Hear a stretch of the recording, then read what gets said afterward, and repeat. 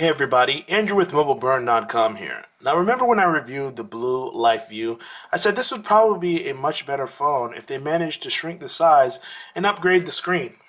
Well, if you're interested, you're in luck, because that's exactly what Blue did. This is the Blue Life 1X. This is another mid-range market phone that pretty much scales down the Life View into something a little bit more manageable. And on the plus side, it upgrades the screen. So is that better? We're about to find out right now.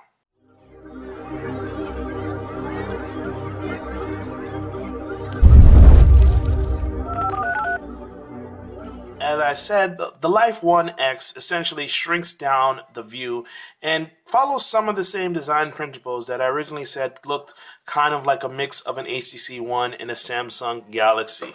This one is a little more Galaxy than HTC One because it has a lot of round corners. It has some nice curves to it. I like the shape of the phone because on the side it's an easy texture that's to grip. It's smooth, but it's not slippery, and slants a little bit inward, so it naturally caves to your fingertips. The same is true of the phone. When I put it in my palm, it doesn't present any odd shapes or unnatural feel to it.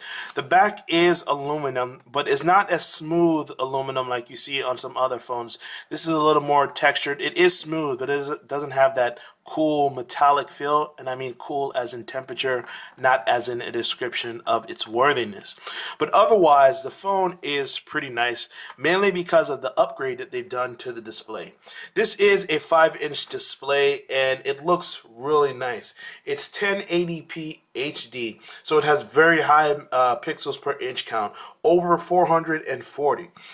Now, we saw previous Blue phones that were 720p, and I wasn't too much a fan of it. But when you look at the specs, you'll see that they've upgraded some things, and one of the things that they upgraded in particular was the display, and I'm very pleased by how it does. The colors aren't as saturated and as wild as you'll see on some other phones, but it is an IPS display with some tuning by Blue. So Blue went out of their way to make sure that the viewing angles look consistent no matter where you turn, and the colors look good, and it is bright, and the viewing angles are consistent. I'll give them credit for that. So in terms of display quality, they definitely upped their game here. And for you spec hounds out there, this isn't the most powerful device on the block. It has a 1.5 gigahertz quad-core processor, but it's a MediaTek processor. And as we've seen before, MediaTek processors are efficient on battery life and very good for the mid-range market, but they can be a little slow and laborious at times when you're doing high-intensity tasks. For instance, if you're a game player, this isn't the device for you at all. I couldn't even get GT Racing to load. When I tried to run the anomaly benchmark on there, this really struggled. Pretty much the only thing I was able to play reliably were like obviously the casual games. For instance, Angry Birds Go, which is a racing game, I was able to do, but other games just weren't as good. When it comes to the high-end 3D level stuff, this isn't the chipset for you. Aside from that, this has the 5-inch display, like I mentioned, and it has 16 or 32 gigabytes of internal storage and 2 gigs of RAM. This is the 32 gigabyte model, and you'll want to get the 32 gigabyte model because there's no micro SD slot present. In terms of performance, it's not obviously going to rate very highly. When you see it compared to previous devices, this is actually below the level of a Nexus 4.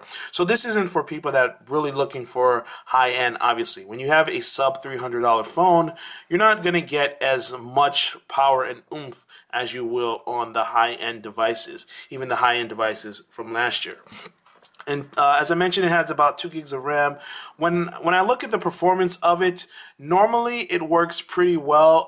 For instance, when I'm in the camera, it's very fast. This is one of the fastest camera apps I've seen. Mid-range, high-end, anything. But other times when I'm in the gallery, for instance, it might not load things as quickly.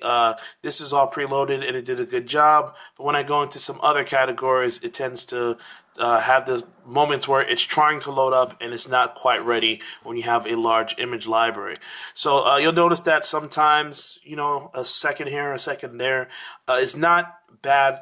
You're able to get around within reasonable speed, but it's not the fastest thing out there. In terms of hardware, there are some unique aspects to it. It's not often that you see a dual SIM phone, and this is one of those devices in the US at least. And this is sold in the US, Latin America, Europe, Asia, pretty much globally. You've got 2 SIM slots right here. I tested with an AT&T SIM, and it only has HSPA plus, the 42 the 42 megabits per second, and it was not very good because AT&T is not very good here. So it might be different where you live, but the lack of LTE was definitely noticeable, and it was missed. The speed tests on here were not the most encouraging things out there. It does have Wi-Fi, so if you're in a Wi-Fi area, obviously you'll get better performance, but in terms of wireless networks, it's really a crapshoot. It runs on the 850, 1900, and 2100 bands, so it might work with T-Mobile depending on what city you live in and if T-Mobile's network is made to work in that area. Aside from that, you have some unique aspects to the phone. The micro USB charging port is at the top. It's not often that you see that. So you recharge at the top. Your headphone jack goes at the bottom, which is nice, I guess, but it's really odd that this is at the top rather than the bottom. On the side, you have the power button, obviously, volume up and down buttons, and on the back you have a speaker that is actually pretty nice. I was surprised by how loud it was able to get. I've mentioned this in previous reviews. I like to listen to music when I'm in the shower, and with the water running, I was still able to hear this. Not as crystal clear as you get with something like the Sony Xperia Z1S or the HTC One, but definitely on that level in terms of noise, and it wasn't unclear, so I was able to be happy with what I was getting from the device. There's a 13 megapixel camera on the back with flash, but more interesting than that is the 5 megapixel front-facing camera. So all you selfie addicts out there will get a big boost when it comes time to take your photos. I was actually surprised by how that it was 5 megapixel to begin with. How often do you see that on the phone? We saw that with the Oppo N1, but you're also seeing that here on the Life 1X. So when you want to take a picture of yourself and you flip it over, you've got that 5 megapixel photo that you can now share out to the world or use yourself. As far as the photo and video quality, you can see a couple of samples here, but be sure to click the link in the description below so you can see the full-size images of what this is capable of doing. Now, normally when I use a $300 phone, I'm able to bring my expectations way down. And this is the type of phone where you don't really need to bring them way down, but you need to be realistic. This is a mid-range device, so it's not going to work, have the same level of software and hardware tweaks like you see on some other devices. But it does have a couple of cool things. For instance, this has Smart Gesture, which is pretty much gestures that help you along the way do certain things. So when you're on the lock screen, if I swipe right, it should pick it up. It doesn't do it all the time. Well, it's not picking up at all. Oh, there we go.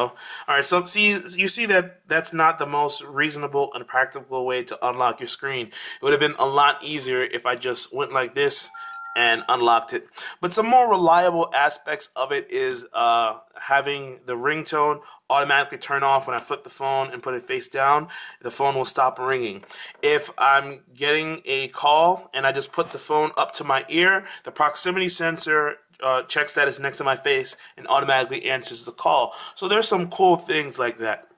Otherwise, the software is mostly untouched Android. Unfortunately, that's a good thing, but unfortunately, it's Android 4.2 instead of Android 4.4. They have some relics of the old Android system. For instance, the ice cream sandwich browser is present, and it's pretty fast, as is the Gingerbread Music app. Less impressive, but obviously you can play music or download any of the many music apps that are in Google Play. Other aspects of the software are actually pretty boilerplate, run-of-the-mill stuff. When you browse around, you'll see that this obviously looks like stock Android, though this isn't stock Android as you'd see on the Nexus. There's very little getting in your way. You know that when you want to load a widget, you just hold down on it and find a place on a different screen that you can put it. If there's open space somewhere, you just put it, you just drop it, and then it goes there. In terms of pre-installed software, there isn't much. They actually have a FM radio that you can access when you plug in your headphones, and they have a file manager for you to browse around your smartphone. That's not something that you always see on stock Android. I don't think you see it at all. There are some better apps out there, obviously, but if you just need something simple here and then to locate a file, you have that to you. There are also a couple of note-taking apps and tips apps. These are, once again, just very simple, regular, plain text note applications and to-do list applications that are available to you. You can add on to them. They don't save and sync online, which is a negative, so you'll probably get something else. But that's kind of the point. They just gave you the bare bones essentials of what you need to do with the phone, and if you want something better, there's obviously this guy right here, the Play Store. Over 1 million apps, games. A lot of those games won't be accessible to you because of the hardware limitations that we mentioned before, but they're out there and you can browse around and see all the different apps that you can buy or install and things of that nature. And that's kind of the gist of what you need to know about the Life 1X. This is a phone for people who are just looking for the bare essentials. They want something clean, simple, but reliable. One thing I will give this phone credit for is that I haven't run into many problems aside from the high-end gaming issue that I mentioned before. The battery life has been solid. It has a 2000 milliamp battery.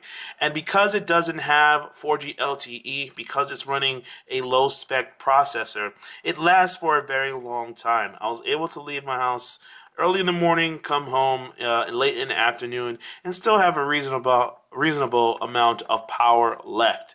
And that's because of the lower network and the lower processor not doing too much damage to the phone.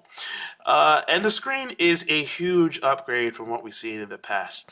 Now, you might be tempted to spend an extra $80 to $100 and get something a little more powerful like a Nexus. You'll get less storage space, but you'll get upgrades in other areas. But if you're just looking for something cheap and manageable, the Blue Life 1X is a pretty good buy. I liked the Life View, but it was a little big and the screen resolution wasn't that great for me. So essentially what they did was take a very similar body to that device and they scaled it down, they made it a little more manageable and really upgraded the display quality. That's something that I was really pleased with. Even though I wouldn't recommend power users go out and buy this, if you're someone just looking for a cheaper phone that can do a lot of the things that you do most, like Facebook, like Pandora, like listen to music and browse the web, well, hey, there's a phone that's waiting for you. I'm Andrew with MobileBurn.com reviewing the Blue Life 1X. Hope you enjoyed the video, and if so, feel free to click like and subscribe. Until next time, thanks for watching.